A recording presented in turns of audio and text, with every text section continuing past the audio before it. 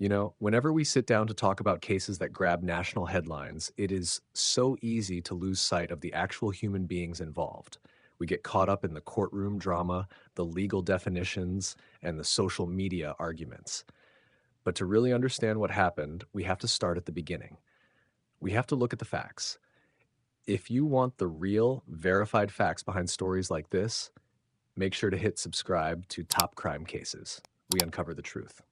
The story of Austin Metcalf begins right where his life was rooted, Frisco, Texas. If you are familiar with Texas, you know that Frisco is a place where community, faith, and high school sports are pretty much the foundation of everything. It is a tight-knit area, and right in the middle of that community was the Metcalf family. The parents, Jeff and Megan Metcalf, built a home that was entirely focused on those core values. According to the statements provided by the family, their household was one built on hard work, structure, and showing up for the people around you. On July 31st, 2007, the Metcalf family expanded in a major way. They welcomed identical twin boys, Hunter and Austin, born just minutes apart.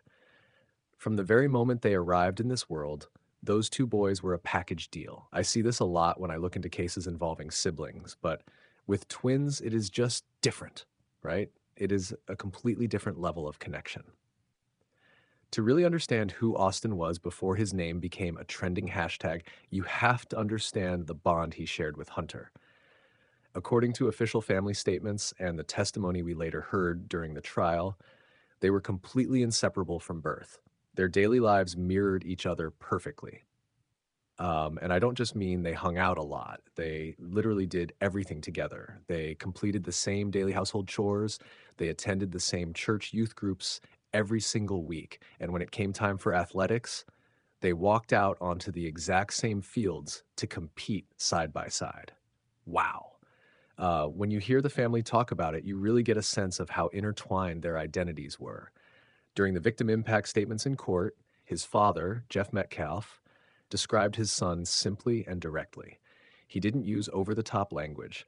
He noted that Austin was a leader of men. He said Austin had this bright smile that could instantly light up any room he walked into. That wasn't just a proud dad talking either.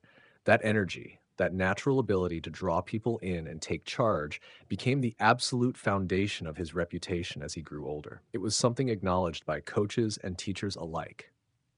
By the time he was a junior at Frisco Memorial High School, Austin had established what can only be described as a grueling daily routine.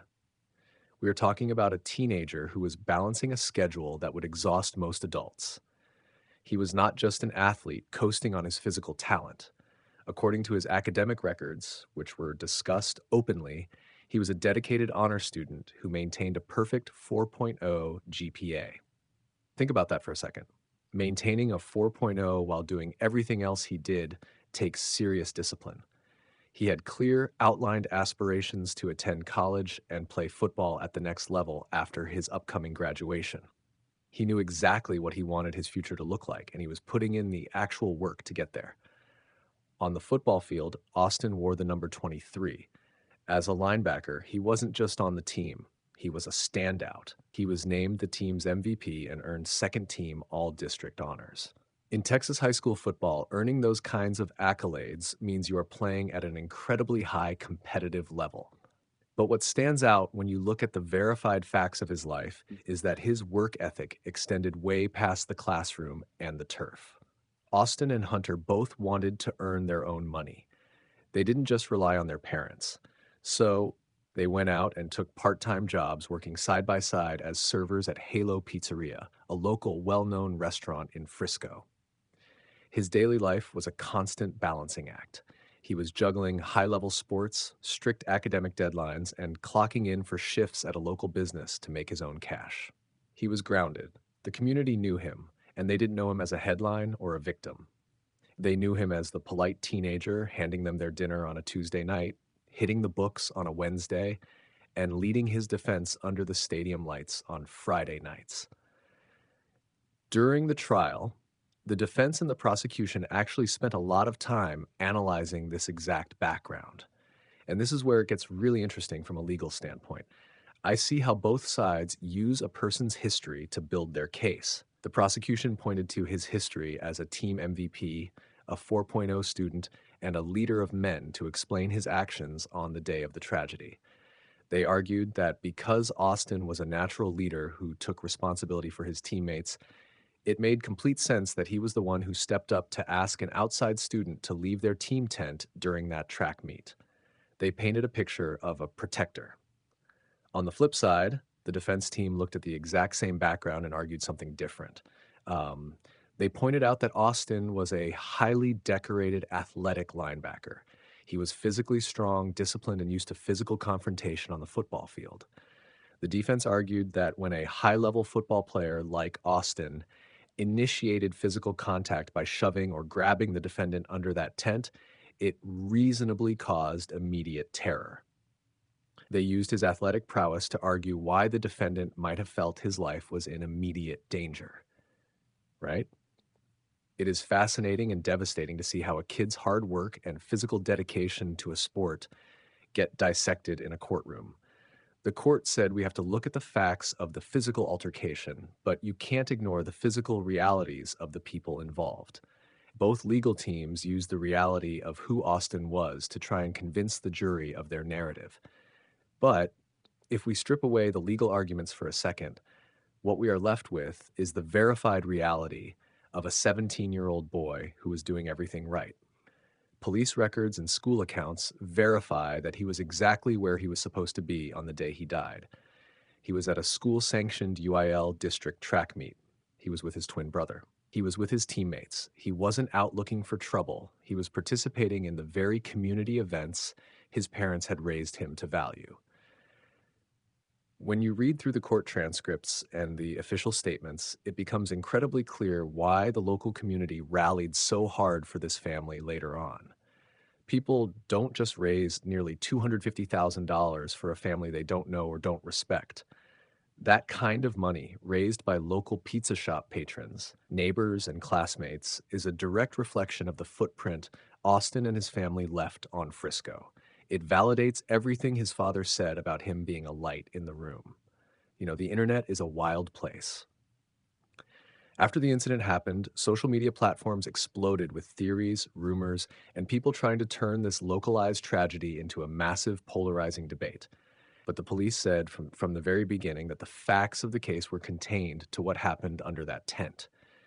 And Jeff Metcalf, Austin's father, had to literally step up in the middle of his grief and tell the public to stop.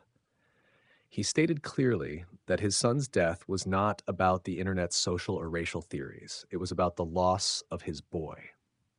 It takes an incredible amount of strength to stand up while your family is shattered and demand that the public stick to the truth. And the truth is, Austin Metcalf was a kid who had his entire life mapped out. He had the grades, he had the athletic stats, he had the work ethic, he had the identical twin brother who shared his exact DNA and his exact daily routine. When we talk about this case, we have to keep that human portrait front and center.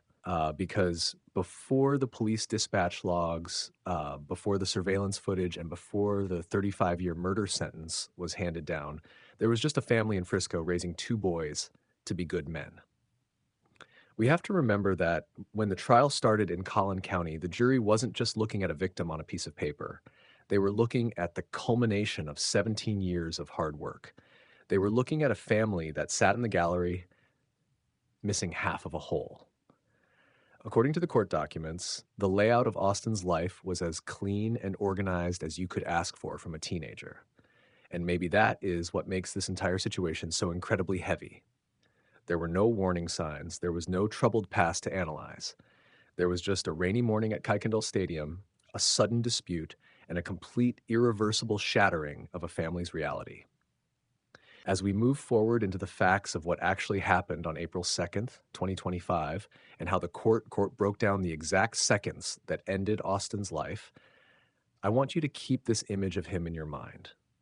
Keep the image of the number 23 jersey, the 4.0 GPA, and the kid carrying pizzas to tables on a weekend. Because understanding what was lost is the only way to truly understand the weight of the justice that the court was asked to hand down. We were just talking about how Austin had everything going for him. His life was moving in a straight, successful line. He had the grades, the athletic talent, and the work ethic. But it is terrifying how fast things can change. That promising trajectory stopped entirely on the morning of April 2nd, 2025. If we look at the verified timeline from that day, Austin and his twin brother Hunter were out competing in a UIL district track meet. They were at Kuykendall Stadium in Frisco. Now, if you have ever been to one of these massive district track meets, you know exactly what the environment is like. There are hundreds of high school students from different schools, coaches from all over the county blowing whistles, parents setting up in the bleachers, and just a lot of constant movement. It is loud. It is busy. But the weather on this particular morning was poor. It was raining pretty hard. Because of the rain, the students weren't just hanging out on the open field or warming up on the track like they normally would. Instead, teams were gathering under their respective team tents to stay dry, keep their gear safe, and wait for their events to be called. It is a tight, crowded space when everyone is forced underneath a canopy, right?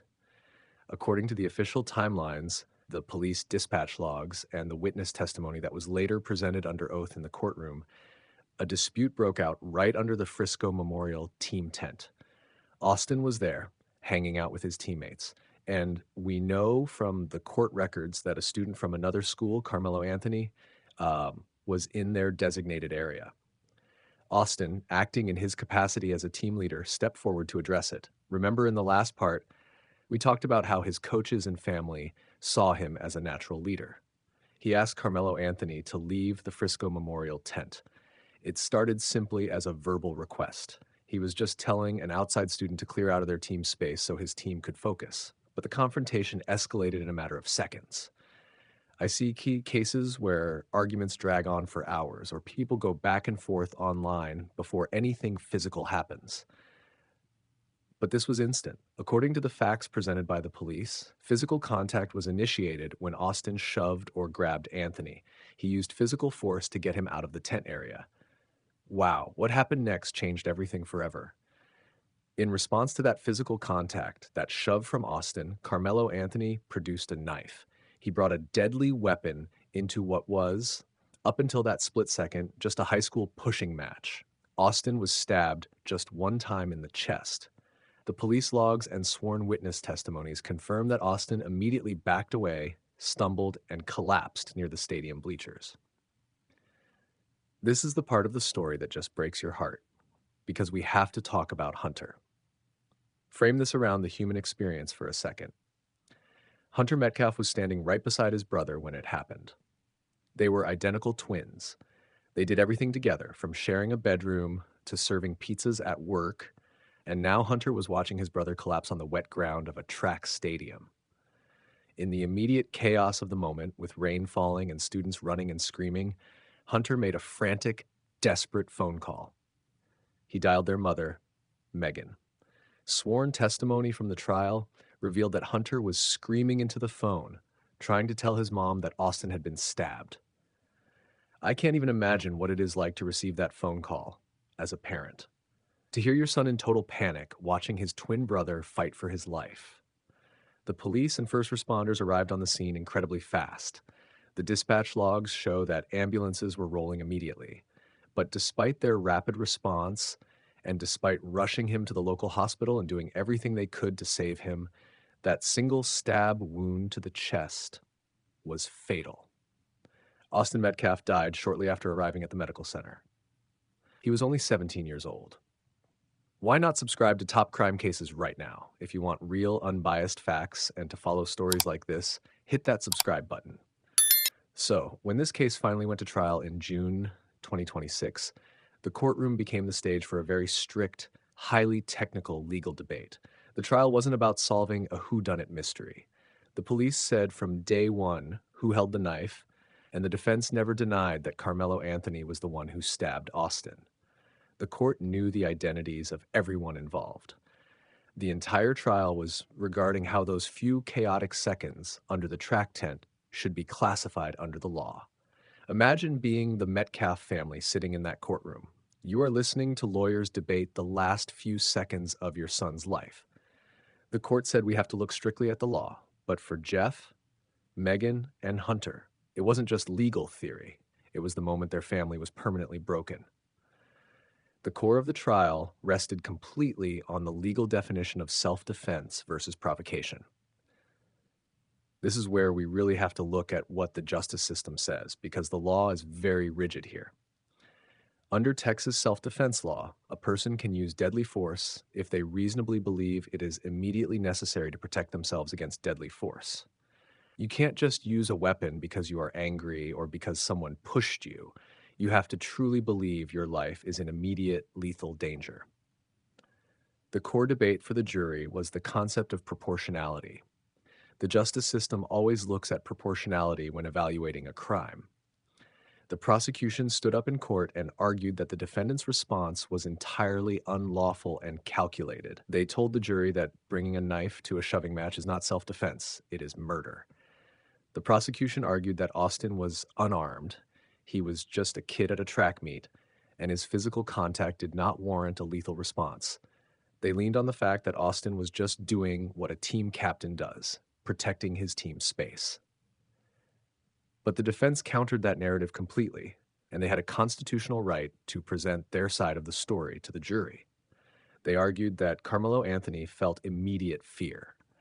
They pointed out that Austin was an incredibly athletic, strong, all-district linebacker who initiated the physical contact by grabbing or shoving the defendant. The defense argued that when an athlete of that size and strength initiates a physical altercation, it is entirely reasonable for the other person to be terrified and act to protect themselves. They told the court that Anthony only produced the knife to stop a perceived threat and that he did not go to that track meet with the intention of committing murder. If you sit back and look at it, you have these two completely different legal interpretations of the exact same physical event. Both sides use the same surveillance footage, the same witness testimonies, and the same police logs to paint two entirely different pictures of intent. The judge gave the jury their legal instructions, outlining exactly what constitutes murder versus self-defense.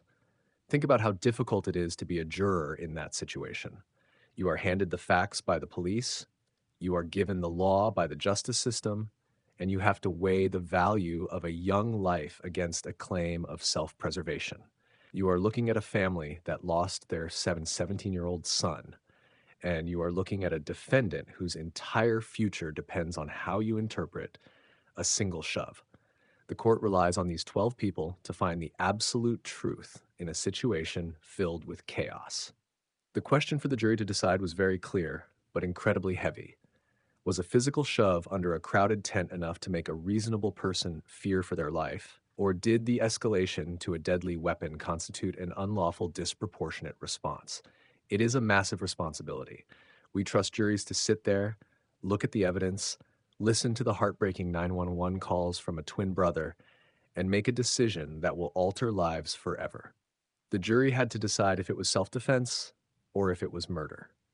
And as we will see in the next part, their decision and the way the Metcalf family handled the aftermath and the public noise is something that the Frisco community will never forget. We just finished talking about the immense weight placed on the jury to decide what happened under that track meet tent. But I want you to step back with me for a second. While the legal system, the police, and the court were busy processing the hard facts, the physical evidence, and the strict legalities of the stabbing, we have to look at the human side of this. We have to look at what was happening behind closed doors. The Metcalf family was left entirely alone to process a completely altered life. Just pause and think about that for a second. The legal system moves so slowly. It takes months, sometimes years, to get to a trial. But grief hits you the absolute second you walk through your front door. The most immediate and profound impact fell directly on Hunter. I see a lot of tragic cases, but the sibling dynamic here, especially with identical twins, is uniquely devastating. The inseparable twin had to return to a completely empty bedroom. For 17 years, Hunter always had his brother right there. They shared the exact same DNA. They woke up at the same time, they ate breakfast together, they drove to school together, and they worked at the pizza shop together. Suddenly, that entire routine just stops. There is no more noise coming from Austin's side of the room. There is no one to talk to late at night. In late May, just weeks after the terrible incident at the stadium, Hunter had to face his high school graduation completely alone. Try to put yourself in his shoes for a minute. He had to put on that cap and gown, walk across the graduation stage, and look out into the crowded audience, knowing the guy who was supposed to be standing right next to him to grab his diploma was gone. Wow. It is just gut-wrenching when you really sit with that reality. It wasn't a celebration. It was a glaring reminder of who was missing. But while the family was trapped in this absolute nightmare, the Frisco community responded in the best way possible. They responded by wrapping their arms entirely around the family. When the police said the investigation was still ongoing and the courts were just getting their paperwork started, the neighbors didn't wait around to see what would happen. They stepped up immediately. Local patrons of Halo Pizzeria, the exact same people Austin and Hunter used to serve pizzas to on busy Friday nights, quickly organized. They didn't just offer empty thoughts and prayers online like we see so often. They took real, tangible action. They rallied together and raised nearly $250,000 to assist the family with the massive, unexpected costs of a funeral and to properly memorialize Austin, right? That shows you the true, verified footprint this family had in their town. People loved them, and the community wanted to carry some of that heavy weight for them. However, there is always another side to cases that hit the national news. Outside of the supportive bubble of Frisco, the internet took hold of the story. You know exactly how this goes nowadays. Activists and online commentators began pushing their own unverified narratives. They started attempting to transform Austin's death into a massive, polarizing racial debate. People who were never there at the track meet, who never read what the police said in their reports, and who never looked at what the court said during the hearings, were trying to hijack this family's tragedy for clicks and engagement. It happens all the time on social media, but it is incredibly destructive to the people actually living through it. Jeff Metcalf, Austin's father, was not going to let that happen. He fiercely and publicly shut down those internet rumors. He had to stand up in the absolute middle of his unimaginable grief and state clearly, definitively, that his son's death was never about race. He demanded that the focus remain strictly on the absolute truth and the tragic loss of his boy. He completely refused to let social media dictate Austin's legacy or turn him into a political talking point for strangers on the internet. He told the public to stick to the facts, and that is exactly what we are doing here today. Let's move forward to when the justice system finally took over. In June 2026, the trial officially reached its conclusion. After both the prosecution and the defense presented all their evidence, the Collin County jury was sent back to deliberate. Now, if you follow legal cases, you know that legal analysts often look very closely at the speed of a verdict in high-stakes trials. It usually tells you a lot about how the jury interpreted the evidence. In this specific case, the jury deliberated for less than 3 hours. Less than 3 hours to decide a life or death outcome. Why did they come back so incredibly fast? We have to ask these questions as observers. Did the enhanced surveillance video from the stadium provide the jury with such immediate, undeniable clarity that they didn't even need to debate what happened? Or did the defense's decision not to put the defendant on the stand leave the jury with too many unanswered questions regarding his perceived fear? When a defendant doesn't testify, the jury doesn't get to hear them explain their terror or their mindset. The court said it is their constitutional right to remain silent, but sometimes that silence leaves a void in the narrative. Whatever the exact reason was in that small deliberation room, the justice said the verdict was unanimous. The jury completely rejected the claims of self-defense, finding Karmelo Anthony officially guilty of first-degree murder. But a guilty verdict is not the end of a trial in Texas. Once the verdict was read, the proceedings moved directly into the punishment phase. This is where things get heavily debated all over again. The defense attorneys stood up and argued for something called sudden passion. Under Texas law, sudden passion is a specific legal standard suggesting that the defendant acted out of immediate terror or intense emotion caused directly by the victim's provocation. If a jury accepts this sudden passion defense during the sentencing phase, it drastically changes the outcome. It actually caps the maximum prison sentence at 20 years. The defense was basically saying to the jury, okay, we understand you found it wasn't legally justified self-defense, but please acknowledge he acted in an immediate panic and limit the punishment. Um, but the jury rejected this argument as well. They looked at the facts the police said were true. They looked at the severity of the knife wound and they said no. This raised a massive critical legal question during the trial.